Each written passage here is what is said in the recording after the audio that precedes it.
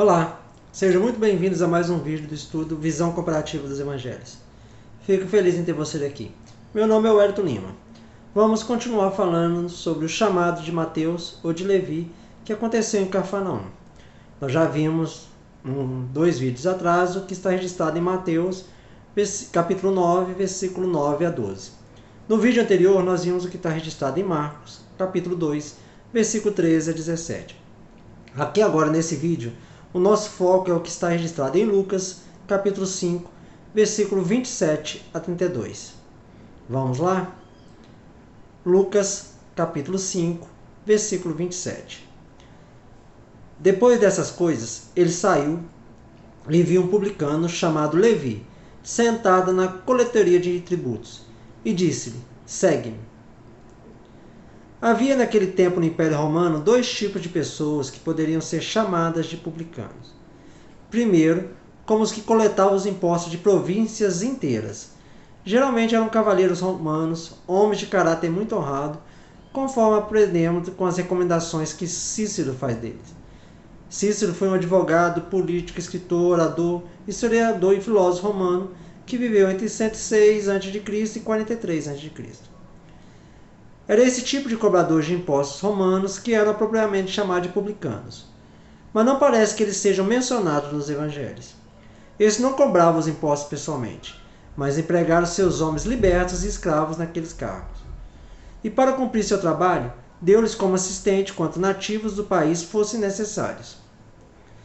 Esse tipo de homem também era chamado de publicano, sendo como subcoletores de impostos. Seu ofício era acompanhado de grandes tentações, porque os impostos eram gerados por cálculo. Ao cobrar de indivíduos, eles tinham o poder de cobrar mais do que era devido. Além disso, em todos os países o pagamento de impostos para uma potência estrangeira era considerado um negócio odioso. Assim, muitos nativos não escolheriam ser empregados nele, exceto aqueles que eram de posição e caráteres duvidosos. Na execução, portanto, desse ofício, esses homens não deixaram de levar ao máximo suas tarefas, cobrando impostos com rigor e enriquecendo-se com despojos do povo. Portanto, essa classe de publicanos em todos os países tornaram-se objeto de ódio universal. Na Judéia, especialmente, eles eram particularmente infames, porque o pagamento de impostos aos pagãos era, para muitos, considerado pouco melhor do que a apostasia de sua religião. Essas circunstâncias, em conjunto com a injustiça que os publicanos geralmente cometiam na execução do seu cargo, faziam com que sempre fossem classificados como pecadores, e faziam com que aqueles que valorizavam sua própria reputação evitassem esse ofício. Mas, embora os publicanos em geral fossem homens maus, havia entre eles alguns de caráter diferente. Zaqueu era provavelmente uma pessoa de grande probidade e caridade, mesmo antes de sua conversão. E Mateus, que aqui está sendo chamado de Levi, pode ter se parecido com ele. Pelo menos nos evangelhos não há indício de prática injusta cometida por ele na execução de seu cargo. Pensa-se geralmente que os impostos que ele cobrou foram os impostos sobre mercadorias transportadas pelo mar da Galileia para e de Cafarnaum, como uma alfândega. Levi significa ligado, unido ou vinculado a alguma coisa a alguém. A origem do nome Levi é hebraica. Mateus significa dom de Deus, presente de Deus, dádiva de Deus. Assim, comparando esse chamado descrito pelos três evangelistas, percebemos nuances interessantes. Aqui Lucas, um médico, diz que Jesus viu um publicano chamado Levi, ou seja, ênfase em seu ofício. Marcos disse que Jesus viu Levi, filho de Alfeu, ênfase em sua família, seu passado, sua origem. Já Mateus, na descrição de seu próprio chamado, diz que Jesus viu um homem sentado na coleteria de impostos chamado Mateus, ênfase em sua nova identidade dada por Cristo. Mateus não estava mais vinculado a alguma coisa a alguém, mas agora ele se via como Jesus lhe enxergava, um presente de Deus. Versículo 28. Ele deixou tudo, levantou-se e o seguiu. Ele deixou tudo, abandonando completamente seu ofício e tudo relacionado a ele. Devemos fixar no que Mateus pede e no que acha. Perde o bom emprego, mas encontra um destino glorioso. Perde independência econômica, mas ganha honra. Perde uma sólida segurança, mas ganha uma aventura tal como jamais se atreveu sequer a sonhar. É possível que, se aceitarmos o desafio de Jesus, nos encontremos mais pobres em coisas materiais. Pode ser que devamos abandonar nossas ambições mundanas, mas sem lugar a dúvida encontraremos uma paz, uma alegria e uma vida cheia de novos interesses, tal como nunca tínhamos conhecido antes. Em Jesus Cristo se encontra uma riqueza muito maior que qualquer riqueza desse mundo que se deva abandonar por amor a Ele. Devemos nos fixar no que Mateus deixou e no que levou. Deixou os bancos de coletor de impostos, mas levou pelo menos uma coisa: sua pena, sua caneta, sua escrita. Aqui um exemplo glorioso da maneira em que Jesus pode utilizar os dons de quem vai até Ele. É muito pouco provável que os outros 11 apóstolos fossem muito hábeis no uso da pena. Os pescadores galileus não eram, em geral, pessoas instruídas, capazes de escrever ou sequer organizar um discurso. Mas Mateus possuía essa habilidade, e este homem, que por seu ofício costumava usar a pena, agora usaria para compor provavelmente o primeiro manual dos ditos de Jesus, e indubitavelmente um dos livros mais importantes que o mundo já leu. Quando Mateus abandonou os bancos de coletor de impostos, abandonou muito relativo ao material, mas espiritualmente se transformou em herdeiro de uma fortuna imensa, incalculável. Versículo 29. E Levi lhe fez um grande banquete em sua casa, e havia ali uma grande multidão de publicanos e de outros que estavam sentados com eles à mesa.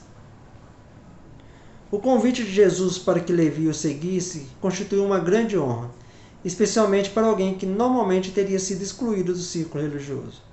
O fato de Levi responder dando uma festa para Jesus não é surpreendente. Retribuir honra era uma parte importante da vida social na antiguidade, e Levi provavelmente se sentiria honrado por ter um rabino proeminente em sua casa. A comunhão à mesa indicava relações íntimas entre aqueles que a compartilhavam, e dada a natureza dos banquetes antigos, era natural que uma pessoa abastada convidasse seus ex-colegas e também subordinados para o banquete. Os colegas ficariam ofendidos se não fossem convidados. Grande banquete. Este detalhe Mateus, ou Levi, como é chamado aqui, omitiu em seu próprio evangelho. Esse fato mostra como os evangelistas são pouco inclinados a dizer algo em favor de si mesmos ou de se elogiarem. A verdadeira religião não procura se elogiar nem falar do que faz, mesmo quando é feita para o Filho de Deus.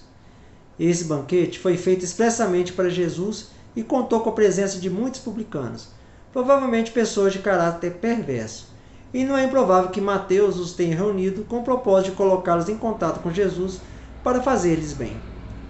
Jesus não se recusou a ir, e também corria o risco de ser acusado de ser um homem guloso e bebedor de vinho, um amigo dos publicanos e pecadores. Mas seus motivos eram puros. Na coisa em si não havia mal.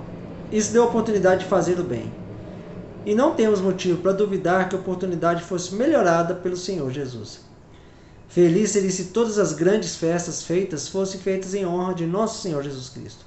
Feliz se ele fosse um convidado bem-vindo nelas. Versículo 30.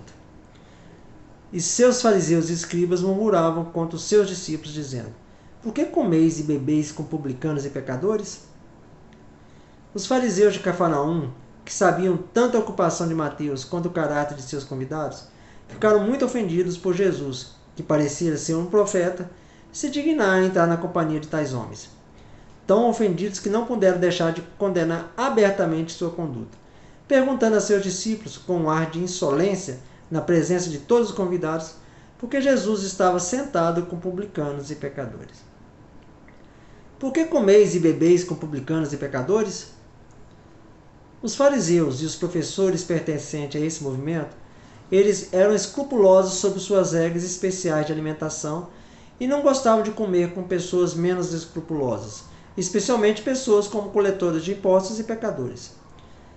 A maioria das pessoas via os cobradores de impostos como colaboradores dos romanos, e os religiosos nacionalistas os desprezavam. As pessoas religiosas também esperavam uma conversa edificante. Como os fariseus aqui atacam apenas a comunhão da mesa de Jesus, podemos inferir que Jesus e seus próprios discípulos se comportaram de maneira adequada. Por exemplo, eles não ficariam bêbados. Estejam ou não todos os outros convidados de Levi fazendo o mesmo. Versículo 31. Jesus lhes respondeu: os que estão sãos não precisam de médico, mas sim os que estão doentes. Os fariseus envolveram seus pecados com respeitabilidade. Eles se faziam parecer bons, praticando publicamente boas ações e apontando os pecados dos outros. Jesus escolheu não passar mais tempo com esses líderes religiosos orgulhosos e farisaicos, mas com pessoas que sentiam seus próprios pecados e sabiam que não eram boas o suficiente para Deus. Para irmos a Deus, devemos nos arrepender. Para renunciar ao nosso pecado, devemos primeiro reconhecê-lo. São, com saúde, é uma palavra médica utilizada por Lucas. Eu não vim para chamar o justo, mas sim os pecadores ao arrependimento. Jesus deu a entender que nada podia fazer pelos justos fariseus, que estavam conscientes de sua própria perfeição. Ele queria alcançar aqueles que reconheciam sua necessidade. Nesse versículo, o arrependimento é ilustrado como um paciente que reconhece que a moléstia está presente e só Jesus, o grande médico, pode tratá-la. Uma aproximação humilde de Deus para a cura espiritual é a essência do arrependimento. Não vim para chamar os justos. Isso não significa que Jesus não tenha estado interessado nas pessoas boas. O que Jesus quis dizer foi: não vim para convidar pessoas tão satisfeitas consigo mesmas, que estão convencidas de sua bondade e que acreditam não necessitar da ajuda de ninguém. Vim para convidar aos que são conscientes de seus pecados e sabem desesperadamente que necessitam de Salvador. Quer dizer, somente os que sabem até que ponto precisam de mim são capazes de aceitar o meu convite. O que chama a atenção aqui? Os escribas e os fariseus dos tempos de Jesus interpretavam a religião de uma maneira que ainda continua sendo muito comum entre muitas pessoas dos nossos dias. Primeiro, estavam mais preocupados com a preservação de sua própria santidade que ajudar os outros em seu pecado. Eram como médicos que se negam a visitar os doentes por temor ao contágio. Apartavam-se com asco do pecador. Não queriam ter nada a ver com gente de tal categoria. Sua religião era essencialmente egoísta. Procuravam mais sua própria salvação que a salvação de outros. E tinham esquecido que essa era a maneira mais segura de perder-se. Segundo, ocupavam-se mais em criticar que em estimular a outros.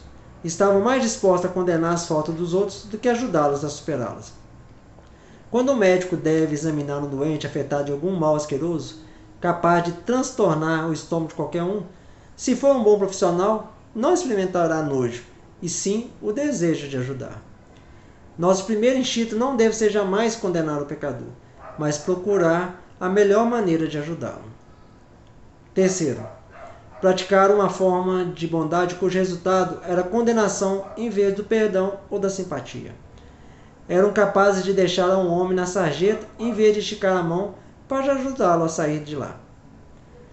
Era como um médico muito interessado em reconhecer e diagnosticar a enfermidade de seus pacientes, mas sem o menor interesse em curá-lo. Ocupava-se mais em olhar depreciativamente a outros, em vez de fazê-lo com simpatia e amor. E quarto, praticava uma religião que consistia mais em uma ortodoxia exterior que na ajuda prática ao próximo. Jesus estimava muito a afirmação de Oséias, capítulo 6, versículo 6, onde está registrado: pois eu quero misericórdia e não sacrifício, e conhecimento de Deus mais do que holocaustos, de que Deus prefere a misericórdia antes que o sacrifício. Citou esta passagem mais de uma vez, como em Mateus, capítulo 12, versículo 7, onde vemos: mas se vós soubesse o que significa quero misericórdia e não sacrifícios, não condenarias os inocentes.